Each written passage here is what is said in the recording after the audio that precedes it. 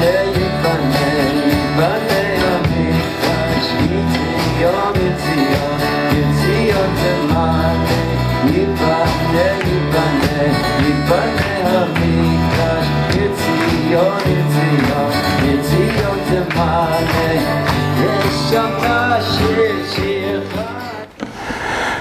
everybody, good to see you, and thank you for coming out in this rain.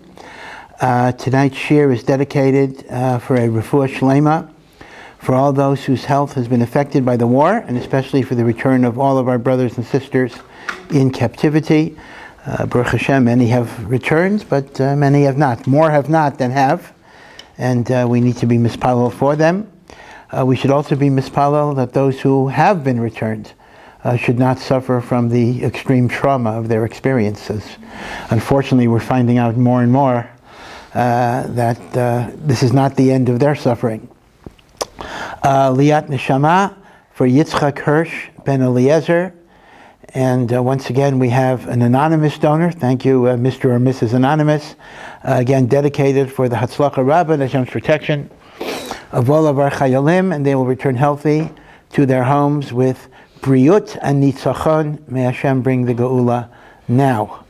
Again, as I've announced a few times already, YIBONEH has been coordinating, along with other organizations, a tzitzis and tefillin campaign for many of the soldiers. It's one of the great miracles of what's going on. And we want to give a bracha to all those who have contributed, and encouraging those who still have not to be mishtatef in this great mitzvah. When we have our brothers who are begging to be able to do these precious mitzvot, which not only protect them but also bring Yeshua to Am Yisrael, how can we not answer their call? So I'm going to not do the Parsha this week per se. Maybe I'll touch upon it incidentally. I want to talk a little bit about Chanukah. And that actually means that you YIBONEH people will probably be getting 2 shiurim on Chanukah, because we have this week, which is pre-Chanukah, and then we have Rena Quint's Chanukah party next week. I'm assuming Rena herself is going to talk, and she's going to share her very, very amazing experiences. So even if you don't like me, it's worthwhile to go to hear her. She really has quite, in fact, I feel a little guilty taking up time, because her story is so fascinating and so inspirational that it's something that everybody should make a point to try to hear, and read her book as well. But this is our pre-Chanukah shir. And tonight I want to give a little bit of the history of the period, which is a very confusing period in Jewish history. And I think I also want to show you that Chanukah has been redefined over the years as to the reasons for Chanukah, what are you celebrating, and the like.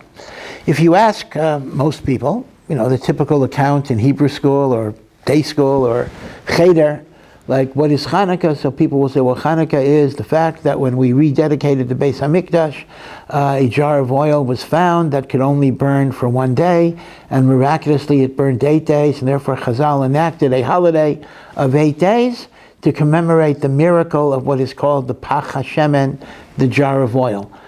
So there are a number of indications that is not the reason for the holiday of Chanukah. Now again, this does not mean we're denying the Pach HaShemen miracle. Some academics actually draw that conclusion. God forbid, that's not where I'm going. But that was not the reason for the Chag. And let's go over a few proofs that indicate that Chanukah was enacted as a Chag for different reasons. First, let's look at the Al Hanisim prayer. Right? The Al Hanisim prayer is the prayer that is inserted in both Birkat HaMazon and in the Sha'amida.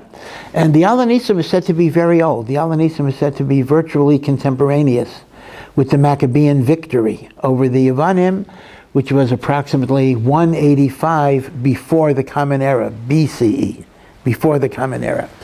And the Al Hanisim discusses the fact that the armies of Yavan wanted to destroy us in a spiritual sense. They wanted Lahashkicham Toratecha, to make us forget the Torah, Lahavira Michukei Ritzonecha, to take us away from the laws that it's God's will that we do. And you, Hashem, with your great rachamim, you protected us. You fought our fights. You gave the many into the hands of the few. You gave the Rishayim into the hands of the Tzaddikim. You gave the impure into the hands of the pure. So the Al-Hanisim overwhelmingly is discussing a military victory. Now granted, not a military victory for political reasons. It is for religious reasons. That the Yevonim were trying to stop us from keeping the mitzvos, and the Maccabean revolt was to establish the ability to keep the Torah. It did result in the Hasmonean dynasty, but that was almost a side effect of it. So the Al-Hanisim emphasizes the Nitzachon of the Milchama, and then it proceeds to a rededication of the Beis HaMikdash, because the Beis HaMikdash was in Yevanim's hands, Antiochus' army, for 3 years. For 3 years, they held on to the Beit HaMikdash. We could not do any service in the Beit HaMikdash. They sacrificed pigs to Avodah Zarah. They built houses of prostitution within the Beit HaMikdash itself. They didn't destroy the temple, but maybe they did worse. They desecrated it. They contaminated it. And by the way, according to the book of Maccabees, they gained control of the Beit HaMikdash on the 25th of Kislev, the day that later became Chanukah. 3 years later, on that very day, is when we regained control and we rededicated the temple. So it's true that there is one reference in Al-Hanisim to lighting the menorah. It says, we came to the temple, we purified it. Hidliku neirot b'chatzrot kadshecha. We lit candles in your holy courtyards. But it doesn't make any reference to a miracle there. If I read it, just says that as part of the dedication of the temple, we lit candles. It doesn't say it lasted 8 days when there only would have been 1 day. So it's very clear from the Al-Hanisim that the two reasons for the Hanukkah festival are, number one, the military victory over the Yevanim that allowed us to serve Hashem and keep the Torah. And number two, the joy at the rededication of the second temple that had been desecrated by the Yevanim. The nace of the Pach HaShemen is not even mentioned in the Al-Hanisim at all. I know that some people, if you ever say this over to somebody, some people will try to argue with you that the reference to Hidliku Neirot B'chatzrot Kadshecha is a reference to the Pach HaShemen. That is almost certainly not true, because there is nothing in that sentence that is connoting any type of miracle connected with the oil. It is simply stating a fact that they lit the menorah as part of the dedication of the Beit HaMikdash. So it's clear that the Al-Hanisim is not making a reference to any miracle of Pach HaShemen. Again, we're not denying that miracle. I'll come back to that, but we're simply saying that that was not the takana of Hanukkah. The second source is the book that, again, the historical book of the greatest detail about the Hanukkah story, and this is known as Sefer HaMakkabim. It is not in Tanakh because the whole story of Hanukkah is after the age of prophecy, because the age of prophecy ended with the Persian period when the second temple was initially dedicated. This is the Greek period, which is after that already. So the Sefer HaMakkabim is in the Apocrypha that are called Sfarim Chitzonim. They're not holy books, but they are considered to be ancient books. Now, the book of Maccabees has two titles. Its original title was Sefer HaMakkabim. Later, for some reason in the 19th century, scholars named it Sefer Chashmonaim. So if you see Sefer Chashmonaim, Sefer Makkabim, they are the same books. This is not to be confused with the third work, which is Megillat Antiochus. I'll talk about that. I think just for bibliography purposes, it's actually helpful to set out the different types of books. Now, the Sefer HaMakkabim or Sefer Chashmonaim, there are actually 4 books, just like Malachim Aleph, Malachim Bet. So here you have Makkabim Aleph, Makkabim Bet, Makkabim Gimel, Makkabim Dalet. However, Gimel and Dalet are largely philosophical treatises. They do not deal with history. So for purposes of the Hanukkah story, the 2 books that give the Hanukkah story is Maccabees 1 and Maccabees 2. And they go over a lot of the same history, but each one gives detail. Presumably they were written by different authors. Each one gives detail that you're not going to find in the other one. Sefer HaMakkabim was probably originally written in Greek, although it commemorates the victory of the Maccabim over the Greeks, but Greek was still a very, very commonly spoken language in Eretz Yisrael, particularly among the aristocracy. So Sefer HaMaccabim was probably written in Greek, and the Hebrew that we have are later translations of an original Greek. That is why, by the way, we have a certain ambiguity. What is the meaning of Maccabee? Right, the name of Matisyahu's army that fought the Yevanim, they're called the Maccabees. The family are Chashmonaim, that's the family, but the army is called the Maccabees, it's called the Maccabean Revolt. And there are two common explanations for the origin of the word Maccabee. This is before there was Kupat Cholim. Kupat Cholim is not one of the interpretations. Interpretation number one is that it's an abbreviation, it's an acronym for Mi Kamocha Ba'elim Hashem. Who is like you among the mighty ones, God? And it was said that when Matisyahu's sons went into battle, they would have Mem Chaf Beis Yud on the banner, meaning their trust is in God. In God we trust. Mi Kamocha Ba'elim Hashem. And that would spell Maccabee with a Chaf, like the Kupat Cholim. However, there is another interpretation that would spell Maccabee with a Kuf, and it comes from the term Makevet, which is a sledgehammer. And it refers to the military prowess. They were like a smashing hammer. So we have two pshatim, and it depends if Maccabee is with a Chaf or Maccabee is with a Kuf. So you might just ask me the question, why don't you just look in the Sefer HaMaccabim and see how it's spelled? The answer is because in Greek, you can't tell. In Greek, we have a word that is vocalized Maccabee with no reason given for it. We don't know how that would have been spelled in Hebrew. So when you see it in later translations, either a kuf or a chaf, that's the decision of the translator. So in reality, we actually don't know what Maccabee represents. Now, in the book of the Maccabees, let's take Maccabees 1 and Maccabees 2. Both of them describe the persecutions under Antiochus, and the battles and the struggles and the eventual Nitzachon. But two things need to be kept in mind. In neither Maccabees 1 nor Maccabees 2 is there any reference to the miracle of the oil. It's not even mentioned. Now, the second point is that although Maccabees 1 and Maccabees 2 go over the same history, they do so from a different perspective. It's very fascinating. Maccabees 1 emphasizes military heroism and battlefield strategy. And it probably gives you more detail than you might be interested in unless you're a military historian. It goes over every battle, every inch of ground, every strategic victory, and every defeat.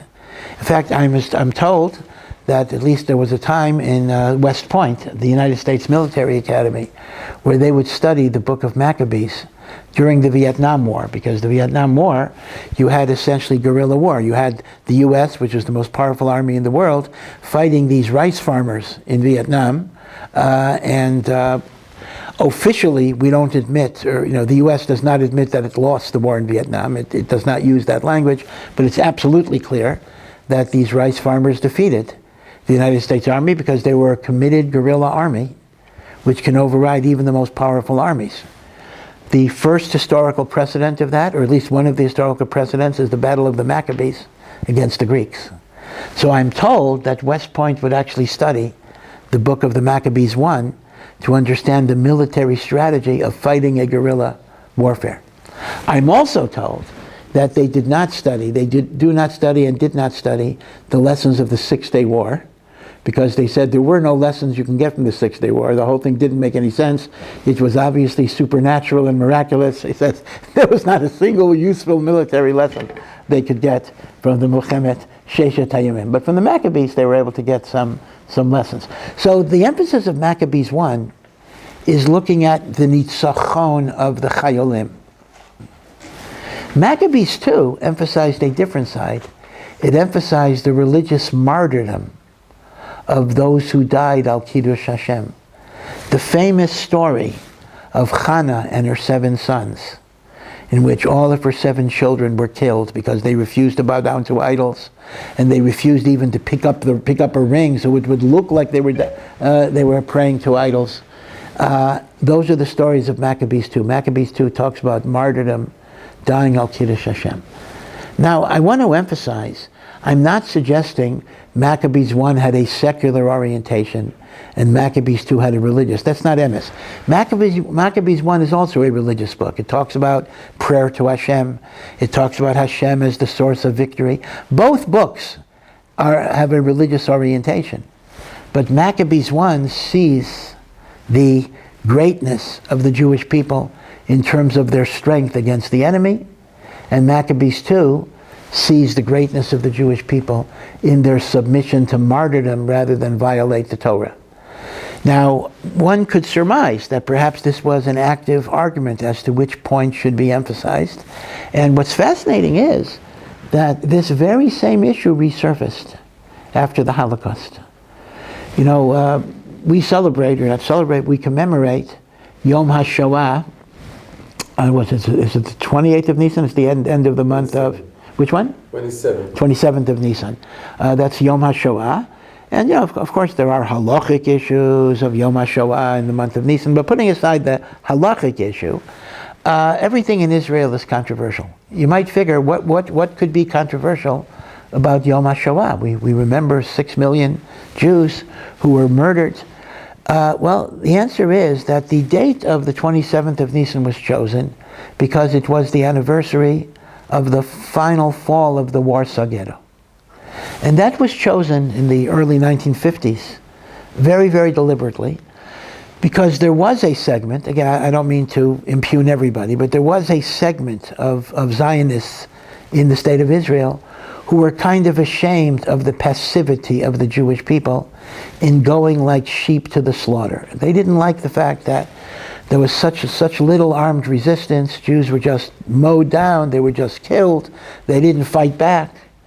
And therefore, when they wanted to memorialize the Holocaust, they wanted to pick the one event in which Jewish people indeed were very, very proactive in initiating fighting. Of course, they were crushed as well, but at least they tried and they put up a big effort and they imposed casualties on the Germans. And therefore, they chose specifically the Warsaw Ghetto as an example of the true heroism of the Jewish people. Everything else was the Galut mentality, and the state of Israel was designed to create a new type of Jew, not the wimpish Jew, who just lets the goyim walk all over them. Now, that was that view, but there were a number of people in the early 50s. There were quite a few survivors of the Holocaust who were still alive, and they felt this was an insult to them. They felt there was a sense of being delegitimated, looked down upon. People did not appreciate the Kiddush Hashem of going to your death. So what occurs to me is, I don't have any proof for this, is that Maccabees 1 and Maccabees 2 are engaged in that very same debate. Do you look at the military heroism as the Jewish hero? Or do you look at the one who dies al Kiddush Hashem? Now, the truth of the matter is, obviously, it's not an either or. I mean, that's the truth. The truth of the matter is that both should be admired and both should be mourned. And we should think about all of the different ways that God's name was sanctified. Sometimes God's name was sanctified by fighting against Amalek. That's also Kiddush Hashem. That you don't you don't give in to evil, and you fight it. And sometimes the Kiddush Hashem is the willingness to surrender your life rather than violate the Torah. So it shouldn't be an either or choice, but Lamaisa, in the debates over Yom HaShoah and in Maccabees 1 and Maccabees 2, we do have a similar type of question. Now, both Maccabees 1 and Maccabees 2 do describe that after the victory with Antiochus, we finally regained control of the temple. 3 years, miyom liyom, meaning the Yevanim took control on the 25th of Kislev. 3 years later, to the very day, we regained control of the Beit HaMikdash. We purified it. We rebuilt the altar because all of those stones had become contaminated with the Avodah Zarah Korbanos. In fact, to commemorate this, there was a special chamber in the temple which contained the stones that had been defiled by the Yibonim. The old Mizbeach stones were kept in a chamber as a memorial, and a new Mizbeach had to be built, a new menorah had to be built, a makeshift menorah. Mentions like 8 spears that were soldered together with tin, right? So the whole menorah of the Maccabees, the miracle menorah, was a very makeshift menorah till they were able to make a regular fancy menorah. And according to the Maccabees 1, they declared a holiday of 8 days as a ceremony for the dedication of the Beis HaMikdash. In other words, the holiday of Hanukkah is exactly what the word Hanukkah means.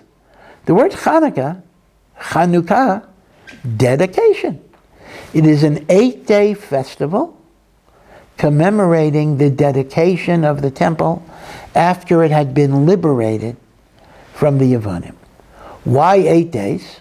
So Maccabees 1 says, Hanukkah was an 8-day festival because when Moshe Rabbeinu dedicated the Mishkan, the dedication of the Mishkan was over an 8-day period. Meaning there were the 7 preliminary days from the 23rd of Adar till the end of Adar. And the day of dedication was Rosh Chodesh Nisan.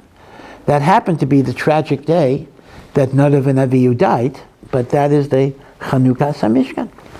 Now, a little aside, I would add a little commentary to Maccabees number 1, and that is, Moshe Rabbeinu's dedication of the Mishkan was 8 days. That's in the Torah. But Shlomo HaMelech built the first temple. And in the book of Malachim, Shlomo HaMelech's dedication was 14 days. In fact, it ended with Shmini Atzeret. So in fact, you see that Yom Kippur was the middle of his dedication. And Chazal actually say they ate and drank on that Yom Kippur because they were celebrating the dedication of the Mishkan.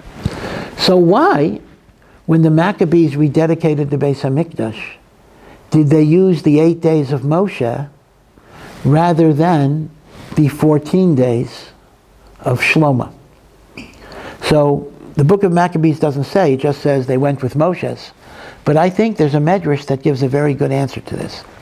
Because the medrash says that when the Jewish people began constructing the Mishkan in the aftermath of Yom Kippur, right? Moshe comes down on Yom Kippur with the second Luchos. Hashem has forgiven the sin of the golden calf. The very next day, Moshe says, let's start collecting for a Mishkan. So they began construction of the Mishkan, or at least collecting for the Mishkan, the day after Yom Kippur. They actually were finished in the month of Kislev. They were ready to erect the Mishkan in Kislev. But God said He wants to defer its dedication to Nisan, because that is the birthday of Yitzchak Avinu, and Yitzchak is the pillar of divine service. So Hashem wanted to defer it to Nisan. So as the Midrashim commonly say, Kislev was upset. The month of Kislev was upset. They felt they were cheated. They should have been the dedication month. So Hashem promised Kislev, I promise you that you will be a month of dedication in the Hanukkah story.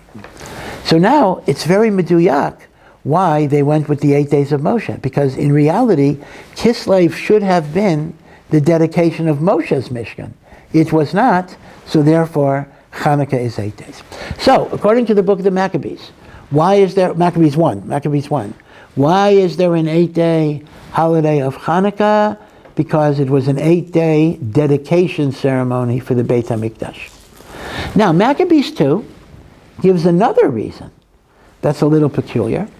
Obviously, for the 3 years that the Yibonim had control of the Beit HaMikdash, we were not able to keep the Shalosh Regalim. We didn't keep Pesach. I mean, we kept it as a Yom Tov, but we weren't able to engage in the pilgrimage offerings, the Korban Pesach and the like. Now, the last Chag that we would have wanted to keep and we couldn't keep was Sukkot, the Sukkot before that Hanukkah. So, Maccabees 2 suggests a very strange idea, that the 8 days of Hanukkah were designed to be a makeup for the 8 days of the Sukkot festival that we were not able to keep. Sukkot is 7 days, but then there's Shmini Atzeret. So in reality, since Shmini Atzeret is contiguous, it's directly after Sukkot, we look at the Sukkot festivities as fundamentally 8 days. Hanukkah was a makeup for Sukkot, ad kedei kach, that the Maccabees 2 says people took lulav and esrog and they built sukkahs. Now, this is one of the reasons why the apocryphal books are not considered halachically valid, because obviously, halachically, there's no way you can make up Sukkot. You miss Sukkot, you miss it. The only thing that could be made up is Pesach Sheni. If you didn't bring the Korban Pesach, you're given 1 month later. If you miss Sukkot, oh, good. If you couldn't do it, you couldn't do it. But there's no concept of a make-up. And in fact, it's very clear that this came from the bottom up rather than the top down, meaning this was a lay innovation. People on their own gravitated to wanting to make up Sukkot, so they started taking lulav and sukkah, but halachically it has no validity, and that is why there is absolutely no mention of such a ritual in Chazal. Chazal kind of ignored Maccabees number 2. They didn't mention it. But what's interesting is that sometimes, like a fossil, old, extinct minhagim have a little bit of a resurgence, like grass coming up from a rock.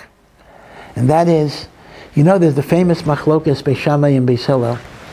How do you light the Hanukkah candles? Beis Hillel says, like we do, you start with 1 and you go up, because when it comes to holiness, you always go up. Beis Shammai says, you start with 8 and you go down. And the Gemara has a lot of problems. Maybe we'll discuss this in another share maybe. What is the logic of Beis Shammai? Beis Hillel, we understand you want to go up. Why would you start with 8 and go down? So one of the reasons the Gemara gives is, this follows the pattern of the korbanot that you bring on Sukkot. You bring 70 bowls, and it goes down, 13, 12. So just like the 70 bowls of Sukkot go down, Beit Shammai says the neirot of Chanukah go down. And all the commentaries have all sorts of pilpulistic questions, like, what's the connection between the korbanot of Sukkot and the neirot of Chanukah? And they create various structures. But sometimes a little bit of history can actually illuminate obscurities. Beit Shammai is recording an idea that the origin of Hanukkah was rooted, according to Maccabees 2, in an attempt to replicate Sukkot, and therefore even the tzura of lighting the neirot would correspond to the korbanot of Sukkot. So I would say, that's what I'm saying, that even though the Hanukkah-Sukkot connection was ignored by Chazal did not emphasize it at all because it led to anti-halachic conclusions that were not in accordance with Jewish law, but the folk tradition of Am Yisrael survived in at least one. Of course, we don't paskin like Beit Shammai, but at least in Beit Shammai's shita, it actually survived. It's an interesting, I don't know if I want to use the word sociological phenomenon, but it is interesting that there are many minhagim in the course of Jewish history that got extinct. They were folk traditions that simply stopped, but in one way or the other, they're like fossils, they will survive in some form, and I think Beit Shammai might be a very good example. So it turns out that both according to Maccabees 1 and Maccabees 2, the 8-day holiday of Hanukkah is not connected to the nace of the Pach HaShemen.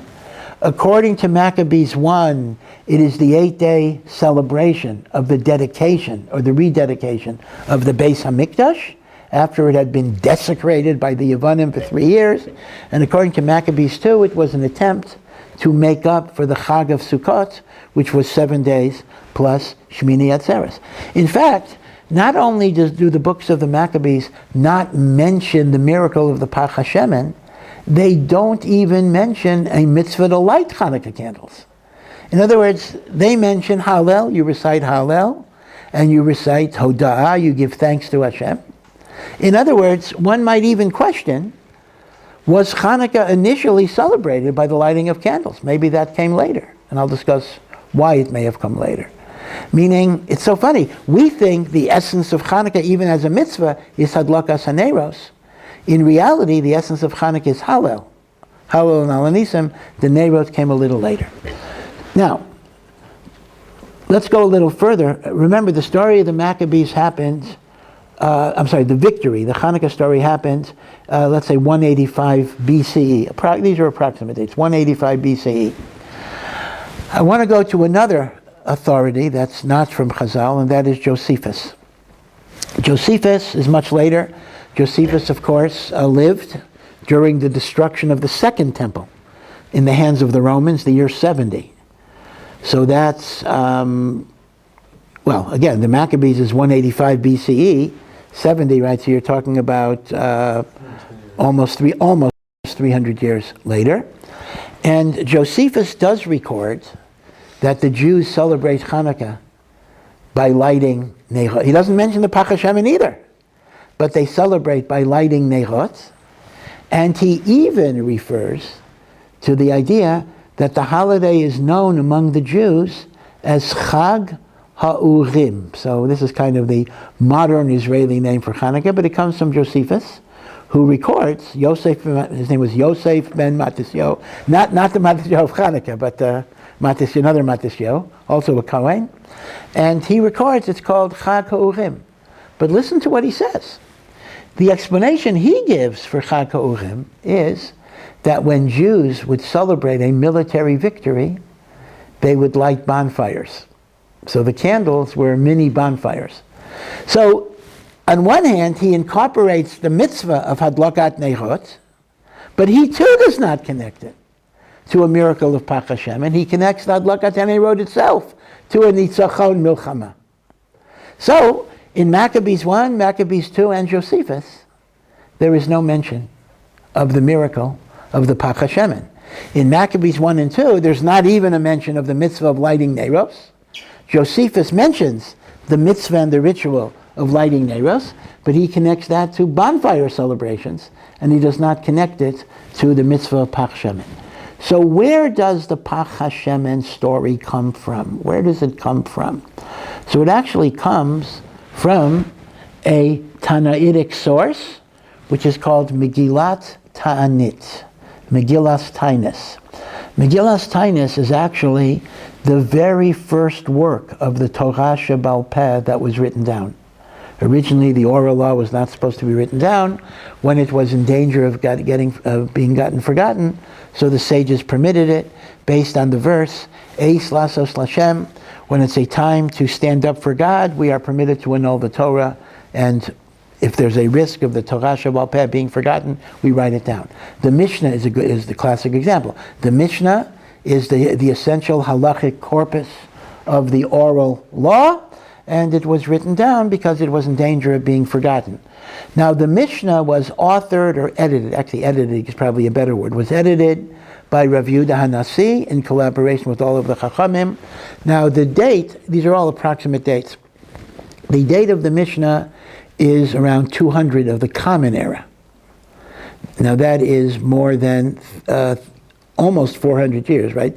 180 BCE to 200 is 380 years. So the Mishnah was written 380 years after the Hanukkah story, but around 100 years before the Mishnah, shortly after the destruction of the temple, there was something written before the Mishnah that was called Megillas Tanis. Now, Megillas Tanis is a very confusing title.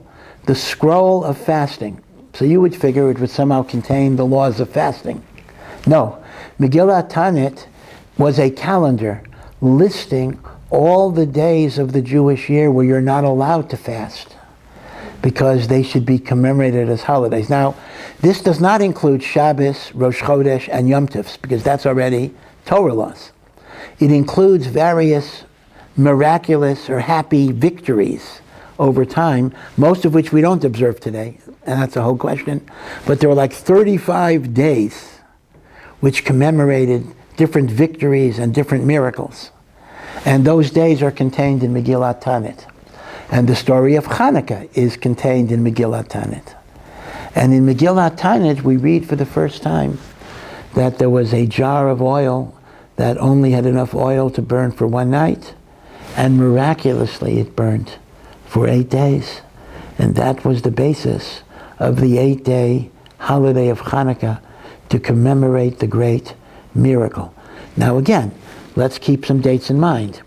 Megillat Tanis is the first, as far as we know, the first written source that mentions the Pach HaShemen. Megillat Tanis was written approximately 100 of the Common Era, which is what? 280 years after the Hanukkah story.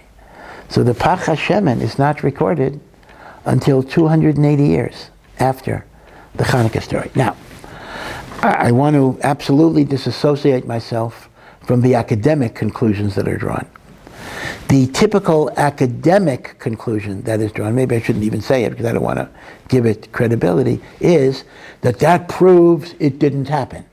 That proves, they say, that was a made-up story to enhance the holiday, etc., and it didn't happen, and that's why it was not mentioned. That is not what I am saying. As a believing Jew, I believe such a thing did happen. But I think it is pretty clear from the Makorot that was not the origin of why Hanukkah became a holiday. And the reason is because if you think about it, the nace of the Pach HaShemen was actually an extremely private miracle. Most people may not have known about it. Because what's going on here? First of all, where is the menorah situated? The menorah is situated in the Heichal. Only Kohanim are allowed to even go into the Heichal. Yisrael couldn't even go there. Number two, if I'm not there 24/7 and I walk in and I simply see the menorah burning, I don't know that it's been going continuously. Maybe it was lit today, right? In other words, it may have been a miracle that most of the Jewish people were not even aware of. It must have been a received tradition among Yechidim that eventually was written down in Megillat Tanit, but it was not the reason for the holiday. In fact, Maharal on his own, Maharal lived in the 1500s, and Maharal didn't have access to the Book of the Maccabees. Maharal on his own says logically, the origin of Hanukkah as a holiday is not because of the Pach HaShemen, it's because of the Nitzachon Milchama and the Chanukah Tabayit. So Maharal on his own says that. And it's an amazing thing, as you often find, the insights of the Maharal that he gets through philosophy and Torah understanding, not through reading history, are actually confirmed by history. You see that the Chochmah of Torah can anticipate all sorts of things that are discovered later in history and the like. And the Maharal points out that this insight actually answers the most famous question of Hanukkah, the most famous question of all. If you have kids in school, they will for sure bring home this question and give you a lot of answers. And this question is normally identified as the Beis Yosef's question, the question of Rabbi Yosef Karo, although he was not the first to ask it. And the question is, if there was enough oil to burn for one day, and a miracle happened that Hashem enabled the oil to burn for 8 days, then the miracle is only 7 days. The first day is not a miracle. So we ought to start Hanukkah on the 26th of Kislev and light for 7 days, instead of the 25th of Kislev and light for 8 days. Famous question. Now, this question is subject to what you might call answer inflation. The Beis Yosef himself gives 3 answers. I remember there were books that gave 50 answers, and then another book came out that gave 100 answers, and then another book came out, Gematria Ner, which is 250 answers. And then another book, every time I talk about the number of answers, I have to revise my drasha. 500 answers, somebody told me there's a book with 1,000 answers. So it keeps on going and going and going and going and going. So many answers. Rav Yosef Karo, just to give you a simple answer, says that when they had enough oil for one day, they didn't pour all the oil in the menorah. They wanted to pour a little every day. They figured, let it burn for an hour today, and then an hour tomorrow. So they only put 1/8 of the oil in, and it burnt the whole day. So even on the first day, there was a miracle. But the Maharal says, if you understand that the 8 days of Hanukkah is not because of the miracle of the oil, it's because of either a replacement for Sukkot, which Maharal doesn't say, or Chanukah Tabayit, then it's 8 days because that was an 8-day celebration, not because of the miracle of the oil. And therefore the whole Beis Yosef's question is actually no longer a question once you disassociate Hanukkah, or the origin of Hanukkah, from the nace of the Pach HaShemen. So the question becomes the following. The question becomes, from the perspective of Megillat Ta'anit, and again, I'm absolutely affirming the historicity of the miracle. We believe it happened. It did happen, but it was not emphasized in the Chanukah observance. The Chanukah observance was a celebration of Nitzachon and dedication of the Mikdash. The idea of the Pach HaShemen was as a reason, as a celebration, was introduced later. So why would it be introduced later? So here we have something very, very interesting. We have what you might call Chanukah version 1 and Chanukah version 2, or 1.2, whatever you want, beta, whatever you want to call it.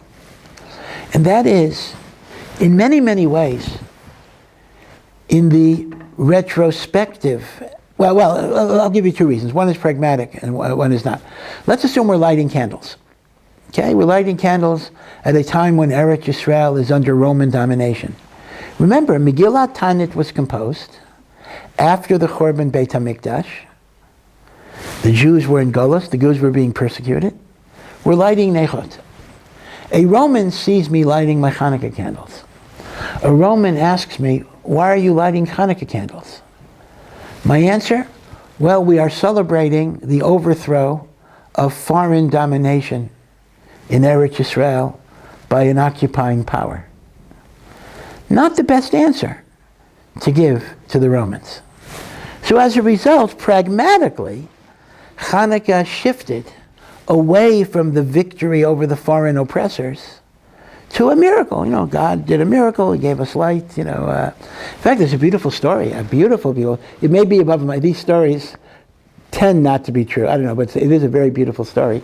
The American Revolution. One could imagine there weren't that many observant Jews in America in 1779, and Orthodox Jews, there were even fewer.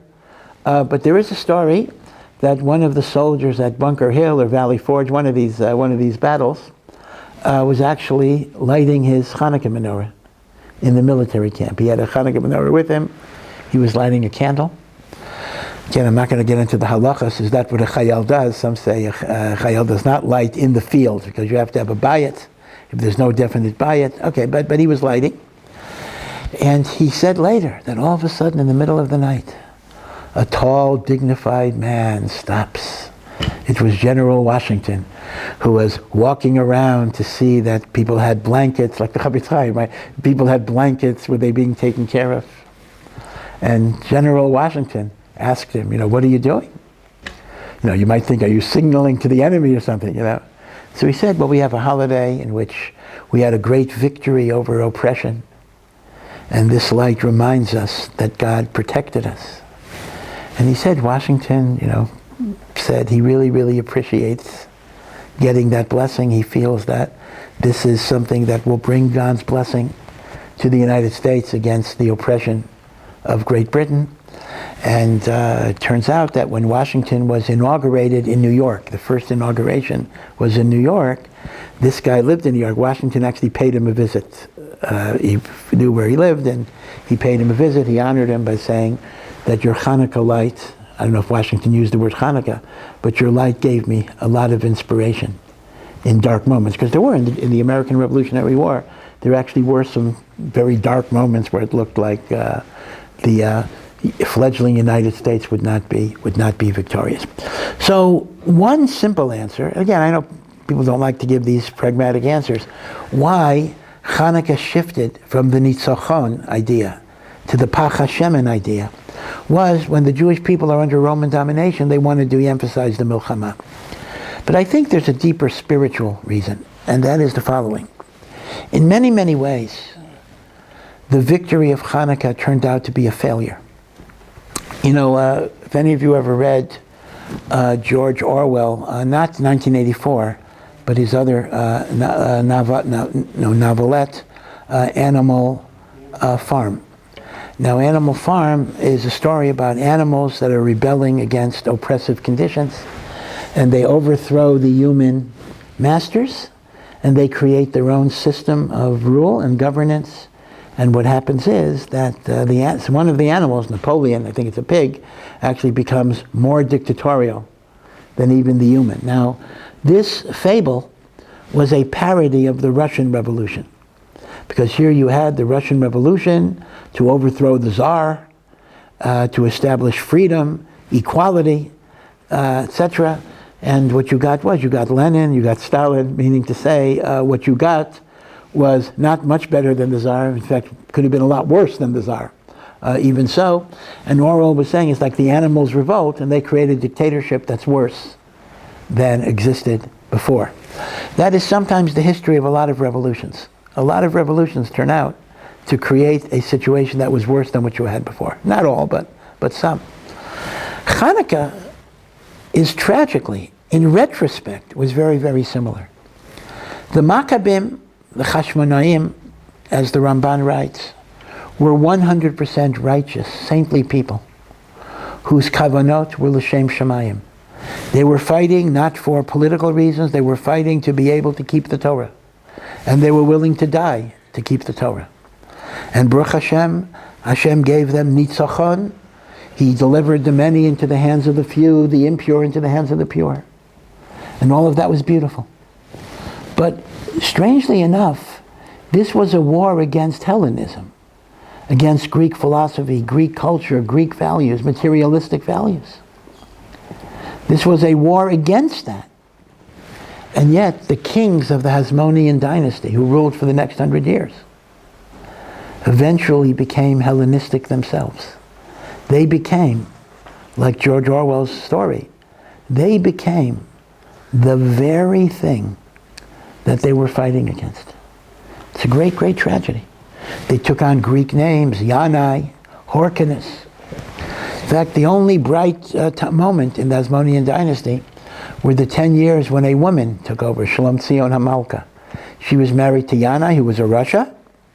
Yanai died. She took over for a while, and she restored Torah learning, and she supported Torah. And that was a golden time. She unfortunately died. She was already older when she became a widow and queen. And her sons, unfortunately, did not follow in her ways. Her sons were daddy's boys rather than mommy's boys. Her sons followed the ways of their father. And that was it. And the Romans came soon afterwards, and that was the end of the Hasmonean dynasty anyway. So here is the thing. Initially, we could celebrate Chanukah, Baruch Hashem, the victory over the YIBONEH, the reestablishment of Torah rule, the reestablishment of Judaism. But by the time we're in the Roman times, so number one, we lost that independence anyway with Rome. And number two, what the Chashmonaim established was not meaningful.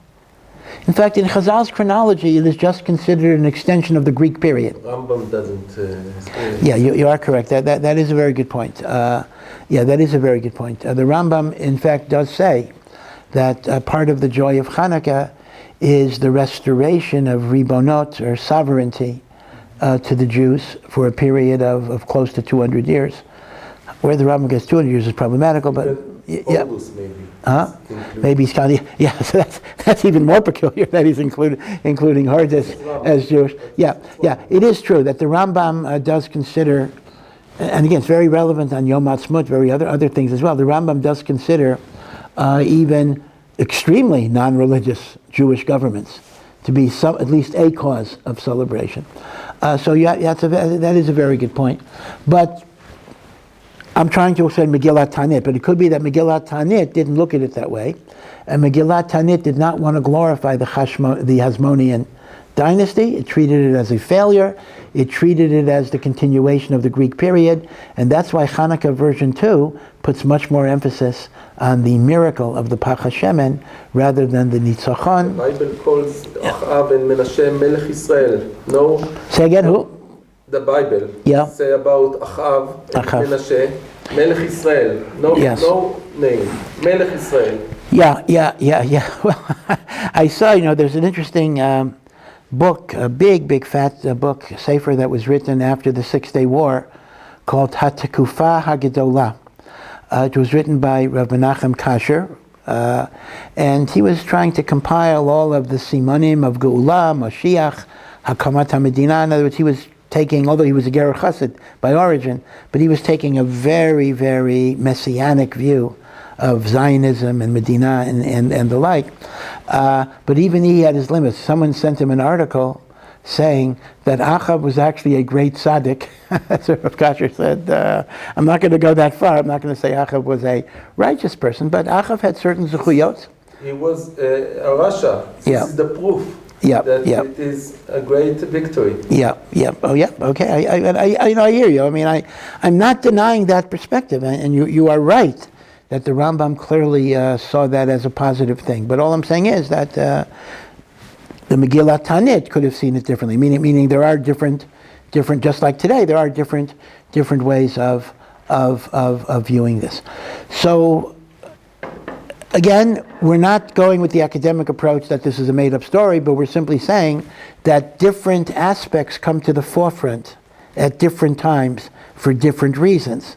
So as a result, we have a certain schizophrenia in Chanukah that the Al Hanisim still focuses on the Nitzachon of the Milchama and the dedication of the Beis HaMikdash, but our ritual of Hadlakat Haner focuses very much on the miracle of the Pach HaShemen. Now, the Maharal says there's actually a thematic connection between the two that's important, because the following: whenever we celebrate Nitzachon, there is always a nisayon, there's a certain challenge that we face, which the Torah itself warns us against, and that is called kochi v'yotzim yadi, that a person attributes their success to themselves, and they become arrogant. They're filled with gaiva.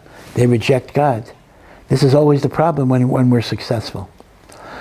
So, Maharal said, Hashem wanted to couple the Nitzachon Milchama with a supernatural miracle, which in no way could be attributed to human endeavor. As if to say, God is saying, don't think your victory is because of you. Your victory is because I took your efforts and I gave you a success beyond what you would have thought is possible, just as this one day of oil intrinsically can only burn one day, but God gave it the ability to burn more. So the Maharal said we need the Pach HaShemen to put the Nitzachon of Milchama in proper perspective. Because without that, we could glorify our own military prowess. Kochi v'yotzim yadi, my strength, accomplished all of these things. In fact, some want to say, one of the very, very perplexing aspects of October 7, the October 7 massacre, and this is now I see it's getting much more publicity, New York Times and the like, is the massive failure of Israeli intelligence, because everyone knows Israeli military intelligence is really by far the best in the world. I mean, much better than the United States. I mean, we know what's going on, right? So how could it be that all of the detection systems failed, and Hamas gets into the country, and even the army doesn't respond for a few hours, which was also unheard of, that it took so long to get the army there, even. In fact, I saw a video, it was horrifying. They were showing WhatsApp conversations in real time with people that are trapped in their houses when the terrorists enter, and they're saying, "Where's the army? Where's the army? Where's the army?" Mamish, it's just to imagine the terror that people were feeling under those circumstances. And the question is, how could it be? So if you've been following the story, the New York Times had a big article about it, and apparently there were quite a few sources in military intelligence, or the Shin Bet or the Shabak or whatever it was, that knew, or at least predicted, that this was coming down the pike. And people higher up kind of said, nah, it's not possible. Hamas doesn't have the resources to pull it off. And they poo-pooed it. And it's a massive failure. I mean, for sure, heads are going to roll on this.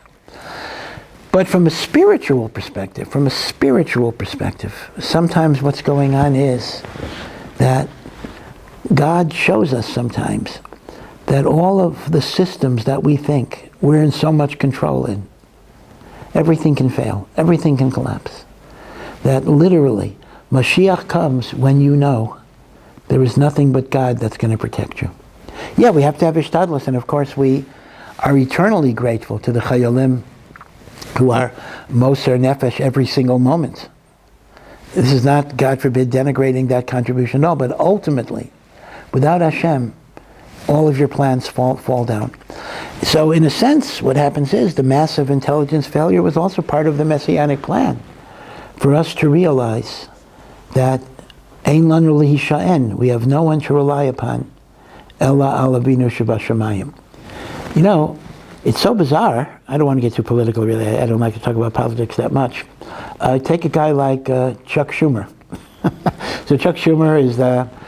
It's interesting, the title that he gives himself. You know, it's not quite accurate. He says he is the highest elected Jewish official in the history of the United States. I mean, his elected position is United States Senator. So Baruch Hashem, there have been a lot of United States senators. Elamai, within the Democratic Party, he was elected majority leader. So he's using that like a new office, to be the highest now elected political Jewish office in Jewish history. Okay, let him have the title if that's good. Now Chuck Schumer, though, has not been a great friend of Jewish causes generally, and he's a liberal guy, and he goes off in his liberal direction. But he talk about the Pintel Yid. He made a speech the other day in the Senate about anti-Semitism, and he said that the Jews cannot rely on anyone, even the United States of America. They can't rely on. They rely only on God and on each other. So even Chuck Schumer, Ein lanu lehishayin ella al Avinu shebashamayim. I think that's the Pintel Yid coming out in a very unlikely place, and I'll give him credit. I will give him credit for making a speech like that. It's something very, very rare from an American politician who is so much part of the establishment of the political power. So there is a debate. I'll just end with this. And again, Mir Hashem, next week we'll talk more about Hanukkah. That is Hanukkah important or not important? In the Reform movement, they often debate this because Hanukkah is around the same time as that well-known Christian holiday. So some people in the Reform movement says, hey, we got to build Hanukkah up with gifts every day and fancy stuff because that's the only way we'll keep our kids away from Christmas, etc. And others say, no, Hanukkah is not a Yom Tov. What are you trying to over-exaggerate it? But the truth is, Hanukkah is not a Yom Tov. That's true. I mean, you can do malacha, you can do all sorts of stuff. But Hanukkah is enormously important because Hanukkah is ultimately about the light overcoming the darkness. There's a lot of darkness in the world. There is the darkness of persecution and violence. There's the darkness of ignorance. There's the darkness of assimilation. There is the darkness of hatred and polarization within the Jewish people. There is the individual darkness that people have of depression, anxiety, lack of shalom between husband and wife, estrangement between parents and children. And the role of a Jew in the world, generally, as Lubavitcher Rebbe used to say, is to be a lamplighter. We're supposed to try to bring some light in the darkness of the world, the darkness of our lives, the darkness of an individual. But sometimes we look at our capacity and we think, I'm so insignificant. The amount of light that I can generate relative to the darkness is so small. What's the use? What's the point? It's like trying to empty the ocean with a thimble. What are you going to do? So a person gives up. The message of Hanukkah is, you do what you can, even if you think it's worthless. And then you'll be surprised. Hashem will bless your efforts beyond what you thought was possible. The one day of oil. They might have said, if they thought they weren't going to have oil the next day, they might have said, well, why light today? I'm not going to have anything tomorrow. What's the point? But you do what you can.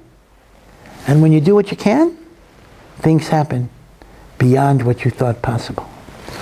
So Hanukkah, as a metaphor for hope, as a symbol for the notion that you gotta bring light to the darkness, even if you think it's small and ineffectual, is a very, very powerful message for us today. So in that way, it's a very, very beautiful holiday because it has that symbolism. So it's not only military victory and it's not only what happened then. There's a real relevance in dealing with the struggle of light and darkness, even Bisman Hazeh. So I wish you all a Chanukah Sameach, Chag Urim Sameach, and Mirz Hashem, we'll see you hopefully next week at Rena Quint's Chanukah party.